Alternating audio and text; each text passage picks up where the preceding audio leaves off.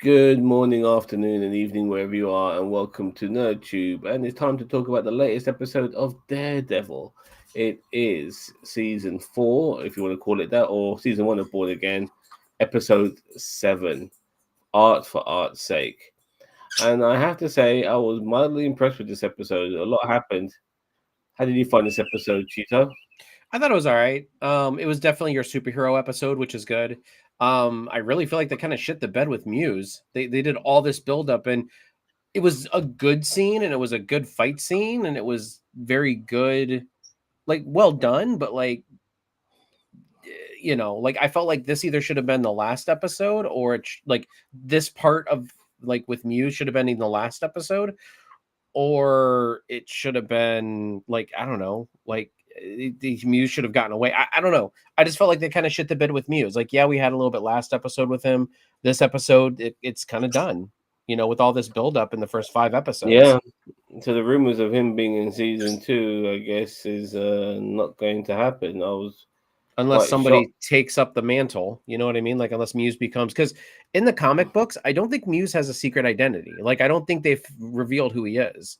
So maybe they're going about the angle like, Well, no. What it is that, yeah. You're right in the sense that Muse hasn't got like they haven't given him a name in the comic books. He's just Muse.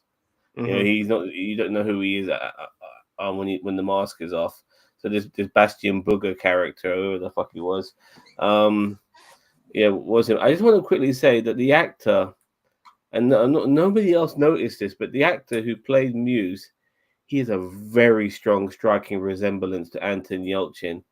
I'm not sure if you noticed that. I was thinking Jesse Eisenberg, He but yeah, really looked I like can see Anton that. I Yelchin. can see that too. The Yeah, Anton Yelchin too. I was really shocked. I mean, if they want to ever recast, that guy could do it. Yeah, it But it's just been depends on nine how good of years, a Russian accent he does. 9 years since Yelchin died, by the way. So just mentioning that. Also, rest in peace to Val Kilmer, one of America's greatest ever character actors. The guy could do anything, when it comes to playing any sort of role. He's played um, Holiday, and he's played Elvis Presley in True Romance very briefly and stuff like that. He's just done everything. He's played the pretty boy. He's played the crazy guy.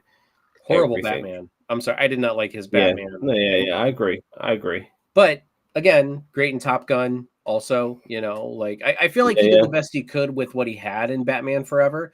I mean, a lot of people have fond memories of, like, everyone shits on Batman and Robin and gives Batman Forever a pass, and I'm like, don't know about that. Like, yeah, Batman and For, Robin was for shit, me, but it wasn't his Batman I didn't like. It was his Bruce Wayne. I didn't like his Bruce Wayne I at didn't all. like his anything in that movie. So So anyway, but back to the source material as well. So in this episode, Muse comes home to roost. I get a bit peed off sometimes with the previously on, because like they're giving so much stuff away. Like, mhm. you really are treating us like fucking idiots. Like, there's one moment where Daredevil was putting his hand over the painting, yeah, and he just gave you a quick reminder. Oh yeah, he knows what his girlfriend's face looks like because he touched her face previously. And But I'm that thinking, wasn't that earlier in the episode? It yeah, wasn't even a yeah, recap. It was just yeah, earlier in the yeah. episode. Yeah, that was earlier in the episode as well. And then, like, you see him. I'm thinking to myself, I get it. You don't have to treat us like fucking idiots. We get it. Well, it's And stuff Disney. like They're that. they're they're not used to pretending that their audience is adults. You know what I mean? They're used to pretending we're kids, and it's like, that's sometimes this show can be good, and it goes against the Disney grain, and sometimes this show just it dumbs things down to the point where you're just like, you know, Yeah, yeah, for sure. We got a lot of Kingpin in this episode as well. He really wants to figure out who Muse is, and he's got his task force on the case as well. And he's also dealing with the issues of his underground development. But we also find out that Daredevil has put a halt and actually kind of ruined Kingpin to a degree, because like 10 years worth of his enterprise was destroyed by Daredevil. It must have been when that time when he went to jail and stuff like that. But then again, Vanessa was running things really well, so I don't really understand. I don't know. I mean, I don't know what their angle is with Kingpin. Like, I like the Mayor Fisk angle. Like, I do like that. It's from the comics and it runs really well. And Vincent D'Onofrio is always great. But like, I don't see what their angle is with this. And that's kind of another thing. It's like him knowing that Matt Murdock is Daredevil. It's like, where is he going with this? Is he now going to reveal Matt Murdock to the world? As Daredevil, like, because that's not going to shock me. It would shock me more if he didn't. And to its credit, by the end of this episode, it did seem like he was leaning toward kind of burying the fact that Daredevil was back. You know what I mean? Like, I Well, don't know. he doesn't. He wants his task force to get all the credit for saving the shrink, but the reason why he won't reveal who Daredevil is because he lost to Daredevil, and he lost to a blind man, and that is the stigma that he can't afford to have being the kingpin. You know. Yeah, but he did. I mean, he has said that he was assaulted by a vigilante, which I think everybody knows that's Daredevil. Now, granted, Yeah. not everybody knows Daredevil's blind. Yes, you're right. That could be a whole pride thing where he's like, "Oh, blind dude beat me." But like in a world of Avengers and all that, I mean, is that really that Yeah, hard no, but to? we're talking me and you. We get it when it comes to the hierarchy of gangsterism and stuff like that. It's a whole different kettle of fish. Like you're supposed to be the top guy. You're supposed to be the head honcho. You are your own henchman, and yet you lose to a blind man. I don't care how good he is at martial arts or whatever. You lost to a blind man, and you expect us to follow you. I think that stigma would destroy him. So Yeah, fair that's point. why. That the fair point Yeah. on that. You know the gangster stuff more than I do, so I'll take Yes. your. Yeah. I will Yeah. definitely take your word on that. I Yeah. just a Yeah. quick question I wanted to ask you. Do you think Vanessa knew Fisk wasn't alone, or do you think do you think she sent that dude to get shot in the head, or do you think that she Well, was hoping that they would take each other out, or well, for a start, I knew that guy was dead the moment um, Kingpin's back was turned because one of the other things about gangster is that when you go into a building, you make sure that you can see the fucking door open. You sit against the wall. You don't turn your back to the door. Yeah. So Mhm. that for me was kind of surprising seeing him like that. And then as soon as he walks in, obviously he gets shot, but a very good shot as well by that guy called Buck. I mean, he could have easily accidentally killed Kingpin in the process, but I want to believe that Vanessa set this guy up. and that's kind of where I was leaning, but I'm like, also was she, like because like the way that they played the scene at the end, where when he's like, ask Vanessa if she wants something for takeout or whatever. It's Yeah, yeah, exactly. Which is like why another reason. did he what like was he doing that as a slide at her saying, I know you sent him and he failed. You know what I mean? Like that's how that kind of played, but maybe it's not. Maybe I'm just reading too much into it. I don't know. I mean, don't get me wrong. I could be wrong, and you could be right. I'm really, I'm hoping because, like I said, I've always liked the idea that even though they're going through some tough times, I've always liked the idea of these two guys just being soulmates. Yeah. So I'm hoping that is the case, but I'm pretty sure we'll find out next week um, how things go. But for me, it felt like she was setting this guy up. You know. Okay. And I mean that, as I said, it could have gone either way with me. I was like, I didn't know if how they were setting up that scene, like whether Vanessa was trying to set Well, Kingpin up or was setting Balls Mahoney or whatever his name is up. that dude as well. Like you take out the kingpin, and Vanessa becomes way more vulnerable. So um, in my opinion, I honestly don't think so. I think he would have worked with if Vanessa actually worked with him. I think that they would have worked together, like because I think everybody seems the consensus is that they made a shit ton more money under her than under Fisk. no, I You know? agree. I agree. I For sure. But at the same time, Fisk was always hovering. Yeah. He was always there. With Fisk definitely gone, people might make a move, and that guy might feel like, you know what, if I can manipulate her to do this, I can now manipulate her to do that, and then maybe I can manipulate her to take over, So there's all these sort of mind games in play when it comes to this, when it comes to organized crime, So, but yeah, it was a very good scene. But just generally, I thought the scenes in this whole episode were really great.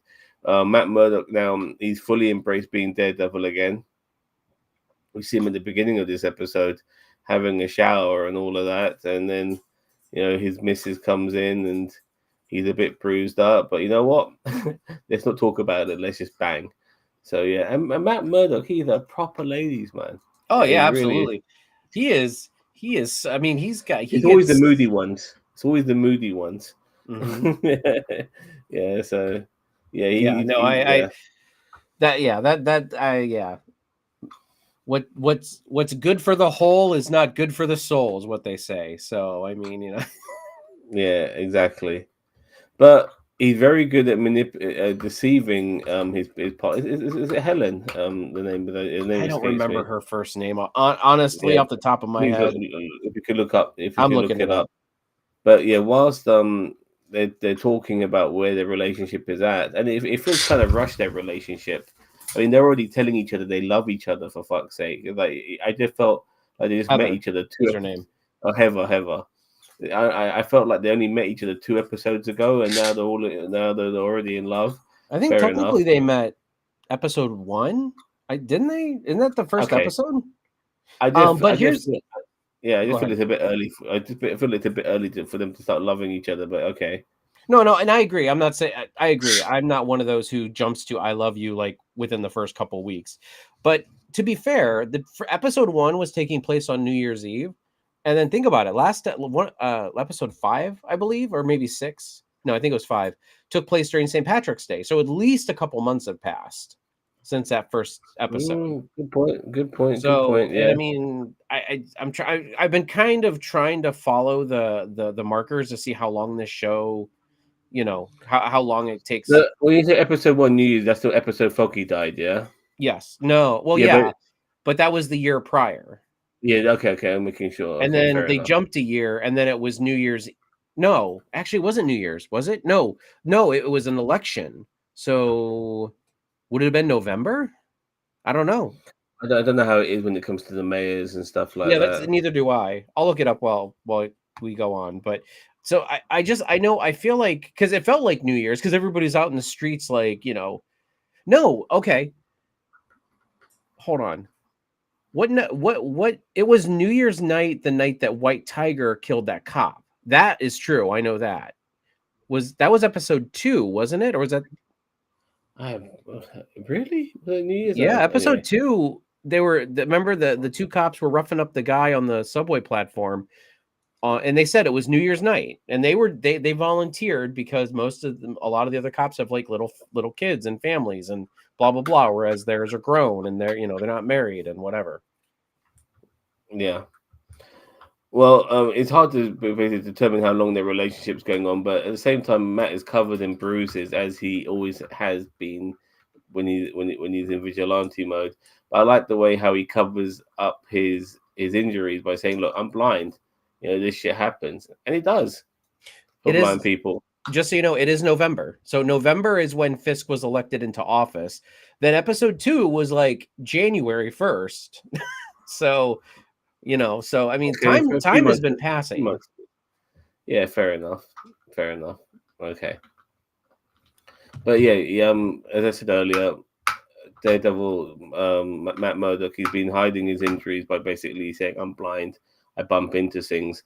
Even though if she probably knows him as well as she does, she realizes, this is probably one of the few blind men out there who doesn't tend to bump into things, if you know what I mean. Mm-hmm. I remember in one of the earlier seasons of Daredevil, I think it was Foggy or Karen mentioned that they forget that Matt Murdock's blind.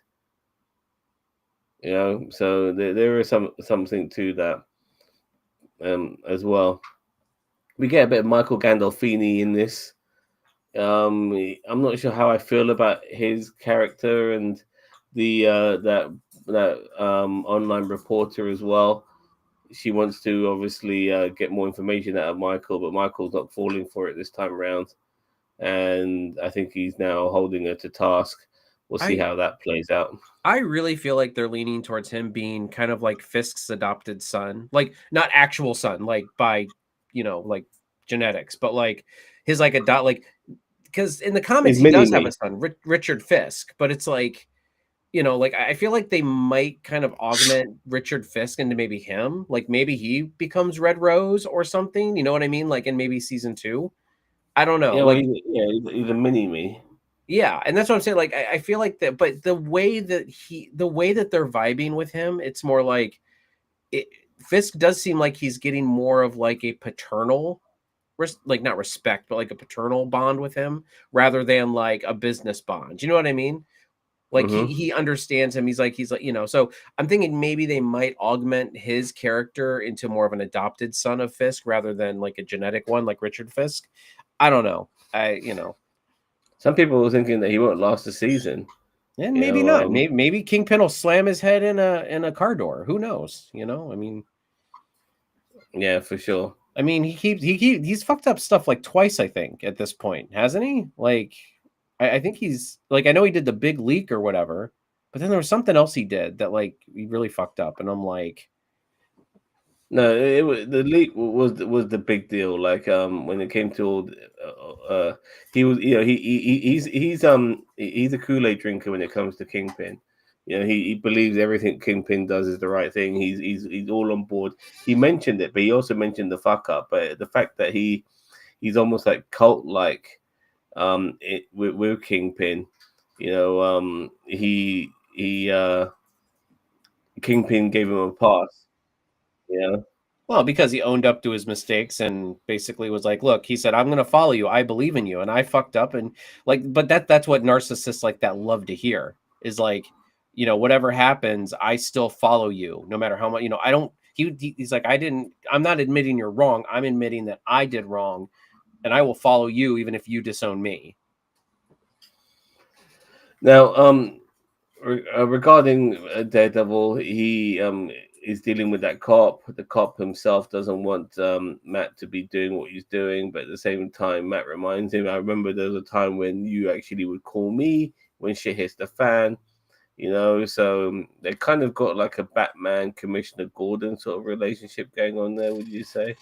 Which I don't. Was he in Daredevil like the like Netflix Daredevil? I Can't don't remember remember. him, but it's been so long. I don't know if he was in there, but when was he calling him? Like, was this during like the time between Daredevil season 3 and the beginning of Daredevil Born Again that this Well, happened? but when he had this fight with Bullseye, that's when he got ousted.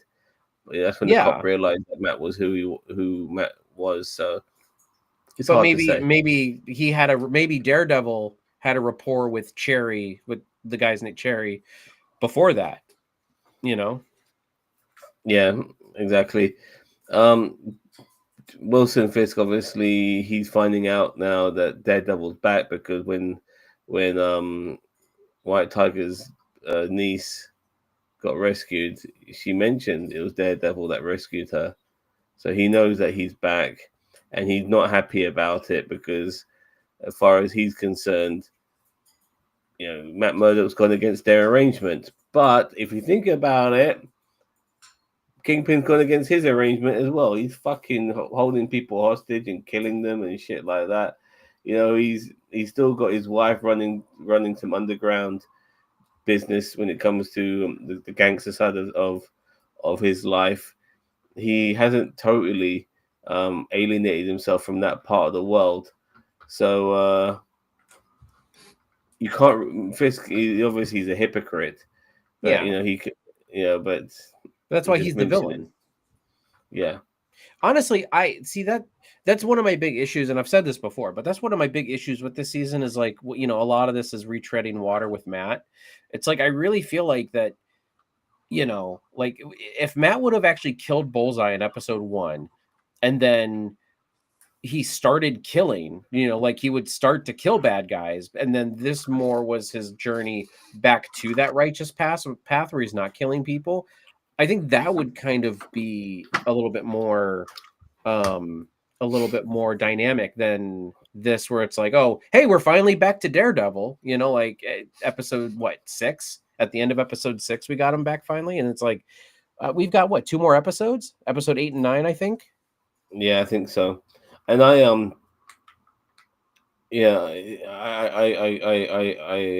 agree with you regarding how all of this is panned out. It's a bit weird. Yeah. The scene between Heather and Muse, that actually lasted for a good portion of this episode. I mean, the moment he walks in and stuff like that, and she's talking to him, and he's confessing himself to her, and she knows that this guy's fucked up. And this is where, in my opinion, now shrinks. They need to have some sort of device on them where they're in danger, because they are dealing with all manners of people. People who can be quite unstable. Or at least until So, you build that rapport with, like after a couple sessions or something like that, like. and I'll tell you this: is Heather the only fucking psychiatrist in New York? Because she's going out with Matt Murdock, she's fucking dealing with the fucking with the Fisks, and now she's got also Muse, the serial killer, on her client list as well. What the fuck? Is there nobody? It is a tangled web they weave on Daredevil Born Again. So yeah, but that whole scene was really, I think it was really done. I think it was written well and it was shot really well, because you're wondering what the hell's going on. At the same time, Matt is figuring out who News will be going after next by touching those paintings, and then you're wondering, is Matt going to be able to save her? Because I'll give this show credit. It doesn't necessarily feel like things are going to be cliched, especially after the death of Foggy in the first episode, and he's already saved what's her face, White Tiger's niece. Is he capable of saving his girlfriend as well? And there's a sense of tragedy when it comes to Daredevil at times. He's not always getting away with things. Yeah, he's a bit similar to Spider-Man in that sense. So what I want to know is, where's Punisher? Like, I was told Punisher was going to be a big part of season 1, and like, not that I have to have him, but I'm like, what's going on with these Punisher tattoos then? Like, we are literally in episode 7, and like, yes, we've seen the Punisher tattoos, but like, I thought we were gonna have like a Punisher versus like a Punisher and Daredevil against these Punisher enthusiasts. You know what I mean? Like, I agree with you, but maybe that could be more of a season 2 thing, and something that'll come out from the mini movie that they're also planning on doing as well. But just like I said, regarding Heather, I genuinely thought Heather was going to die. I did too. I was it was a toss up for me. I was like, ooh, is she gonna make it? Like, the way that they were kind of portraying this scene, and I'm like, so I did think Matt Murdock was going to end up getting there, but I thought it was going to end up being too late. And he was going to like raise the shit out of on Muse, and we found out that Muse in 3 months has become a taekwondo expert in 3 fucking months. Jesus Christ. Well, they basically said, yeah, the guy, the Taekwondo teacher moved in with his parents. It's like, God, we need to check on the rich kids, because they're all fucked up. Like, all these people that have parents that can afford like all this shit. Like, no wonder why Elon Musk is a fucking idiot. Well, no, but didn't we get a flashback scene earlier on with him and the Taekwondo guy and his dad, who was a military? No, didn't we get any of that? No, I don't think so. Maybe I don't think so though. I can't remember. I might be mistaking it for something else actually. But regardless, Muse is now ready to do his next mural, and it's going to be the Doctor, and he starts cutting her up, and it's fucking hardcore, man. What he does on a forearm, but then boom, Daredevil comes, they go, "Yeah, I'm so fucking happy to see him." And in broad daylight. Like, you know, a lot of times they do this stuff at night. I was happy to see it was broad daylight because it just makes sense. You know what I mean? Like, why would she meet with this new patient in the middle of the night? You know, even if it is like, you know, the winter Yeah. time or springtime or whatever it is, and you know, you know, I'm glad this happened like midday because it just made sense.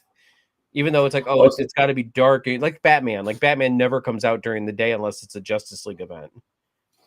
also, before the fight commenced, you mentioned that you know how men who wear masks or people who wear masks are cowards.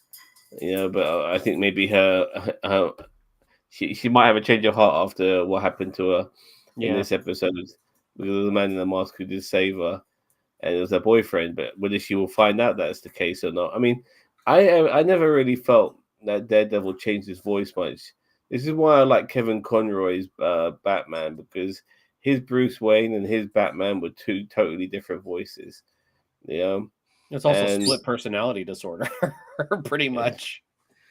no, I always felt like he was putting on an act as Bruce Wayne when he's in public. You know, so it's the same. And people say, you know, is he Batman or Bruce Wayne? Yeah, of course he's Batman. But the same could be said for Superman. Is he Clark Kent or Superman? Well, the Clark Kent persona he puts on is also a fabrication of who he truly is. He's Yeah, not a he's fucking bumbling Kal-El. idiot. He's Superman. Like his true identity is Kal-El. No, but he plays a bumbling idiot. The way Bruce Wayne Hmm. plays a callous rich boy, you know, he plays a Hmm. bumbling idiot, and that's not Clark Kent whatsoever. You know, he's Superman and stuff like that. So yeah, and Matt Murdock, he to a degree he is Matt Murdock because you feel like he's kind of no nonsense and he tries to get a lot. I don't feel like there's a within his character as the lawyer. You still feel that there's elements of Daredevil in him as him, if you know what I mean. Hmm. Um, there's nothing about him that feels like he's trying to be a different person. He's not like trying to be a shitty lawyer, you know, who fucks over people and doesn't give them, you know, and make sure You they know, don't get there's their definitely bonuses. more of a Yeah, connection between yeah, Matt Murdock and Daredevil. Whereas, like you're right with Batman is like, no, Bruce Wayne is a facade. Batman is who he is. You know, so the same thing with Superman is Clark Kent is the facade. Kal-El is who he really is, which is also Kal-El also Superman.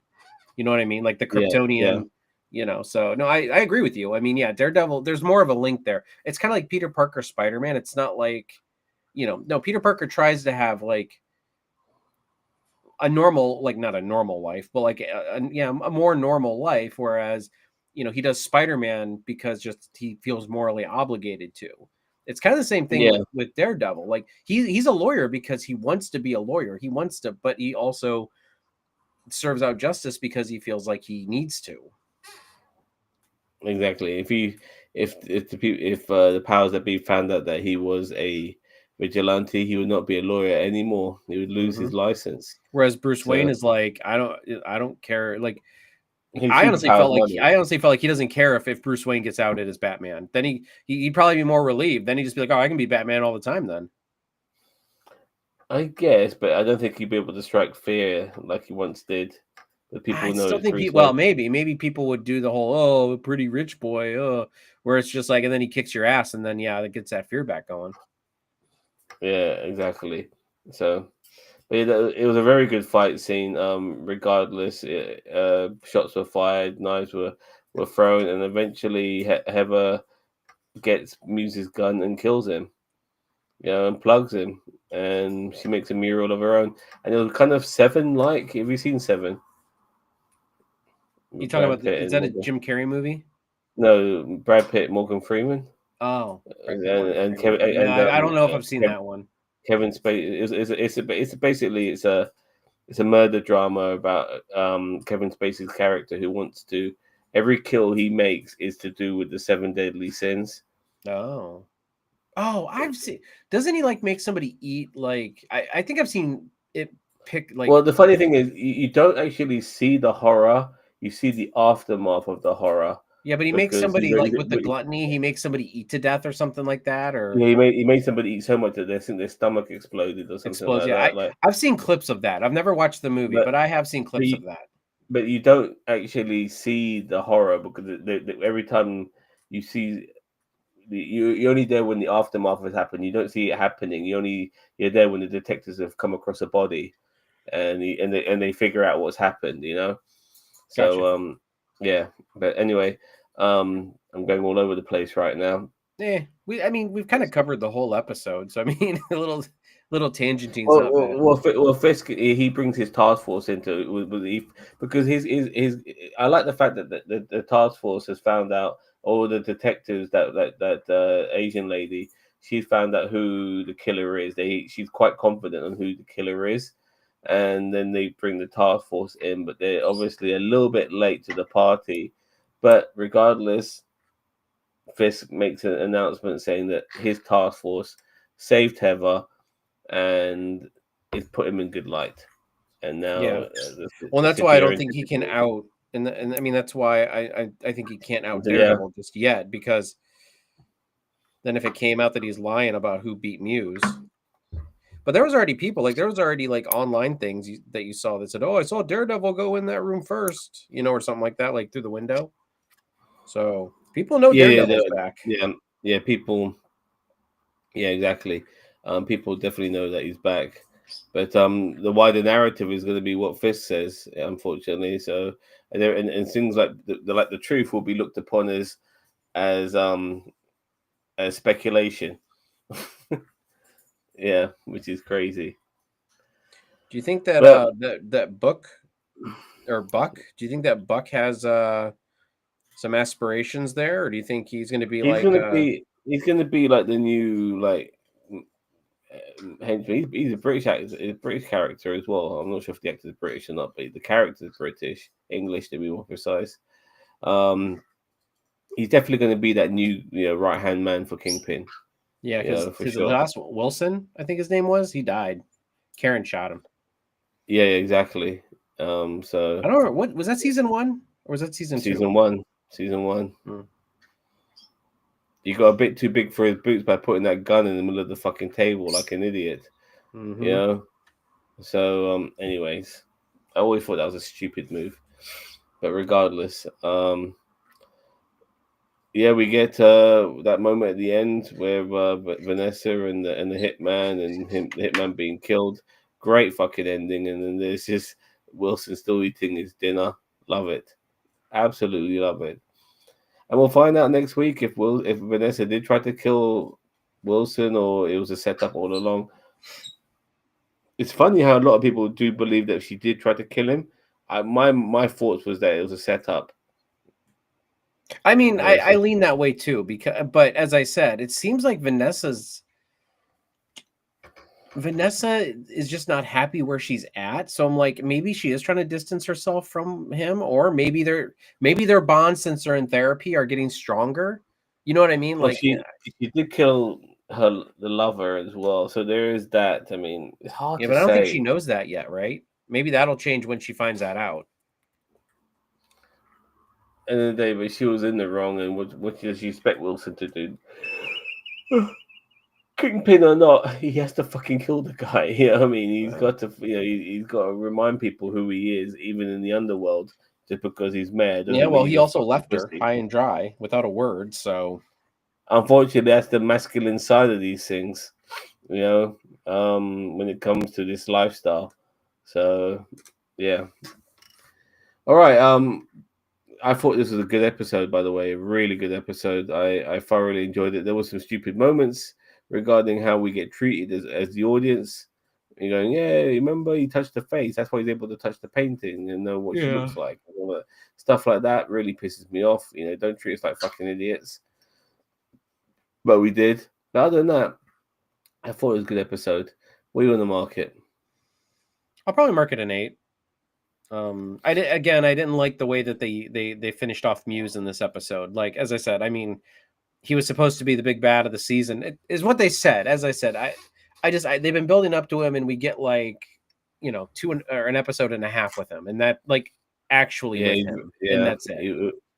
yeah. Somebody mentioned before I give my mark. Somebody mentioned something which is quite an interesting thing to bring up. The supporting cast are not as good as the main cast. the main cast being our protagonist antagonist in Fisk and Murdoch, but everybody else doesn't seem to be on the same level as them two. And I'm not saying that they have to be stealing the show, but they just don't come across as compelling characters like Fisk and Murdoch. Would you I don't know. agree? I feel like Heather's doing a pretty good job, and I like Cherry. Cherry, I think Cherry's a good counter to Matt. So I don't know. I agree that the other lawyer friend of his, the one that he's in the law firm with, I don't remember her name. Yeah, she's getting totally ignored. Yeah. Yeah, she is. But I mean, like, I think Heather and I think Cherry are doing a good job. I'm really vested in them.